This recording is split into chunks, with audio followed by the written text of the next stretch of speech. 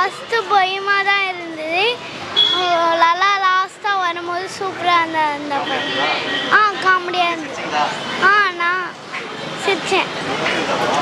படம் ரொம்ப பிடிச்சிருக்கு. பரவாயில்ல, நல்லா தான் நினச்சிருந்தாரு. அவரை வேறு மாதிரி பார்த்த மாதிரி இருந்துச்சு. காமெடி தான், ஃபுல்லாகவே காமெடி தான். ஜாலியாக சிரிச்சுக்கிட்டு இருக்கலாம். ஓகேண்ணா, ரொம்ப சொல்கிற அளவுக்கு இல்லை. முன்னாடி டிடி ஃபஸ்ட் லெவல் சூப்பராக இருந்தது.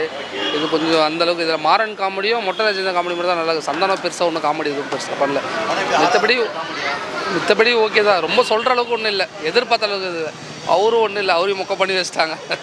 மற்றபடி ஒன்று காமெடியாக இருந்த பசங்க என்ஜாய் பண்ணி பார்க்கணும். அவங்களும் ஒரு செகண்ட் ஆக்டர் மாதிரி அப்படி தான் இருந்துச்சு. ஆனால் வந்து நல்லதாக இருந்துச்சு. ஃபுல்லாக இங்கிலீஷில் எப்பவுமே பேசுவார்ல, அதே மாதிரி நல்லா ஹாரர் ப்ளஸ் காமெடி தான். எப்பவும் போல் வழக்கமான காமெடிஸ் எப்பவுமே அவங்கக்கிட்ட இருக்குது. அந்த ராஜேந்திரன் அவரும் நல்லா பண்ணியிருந்தார். மூவி சூப்பராக இருந்துச்சு. மூவி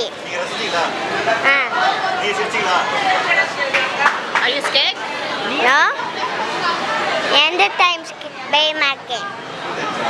நல்லா இருந்தது. சொல்லு, நல்லா இருந்தது படம். ரொம்ப ஃபன்னியாக இருந்தது. Thank you sir. நல்லா இருந்துச்சு மூவி. காமெடியாகவும் இருந்தது, ஒரு மெசேஜும் சொல்லியிருந்தாங்க. ஆமாம், சொல்லியிருந்தாங்க. ஏன் இந்த ஒரு சினிமா எடுக்கணுன்னா எத்தனை ஃபேமிலி இருக்காங்க அப்படின்றத அது வந்து ஈஸியாக வந்து நல்லா இருக்குது நல்லா இல்லைன்னு ஒரே வார்த்தையில் சொல்லிட்டு போய்டுறோம். அது ஒரு மெசேஜ் இருக்குது. சிரிப்பாகவும் இருக்குது, காமெடியாகவும் இருக்குது, மூவியும் நல்லா இருக்குது. ரிட்டர்ன் செலவுக்குலாம் இல்லை, நார்மலாக இருக்குது.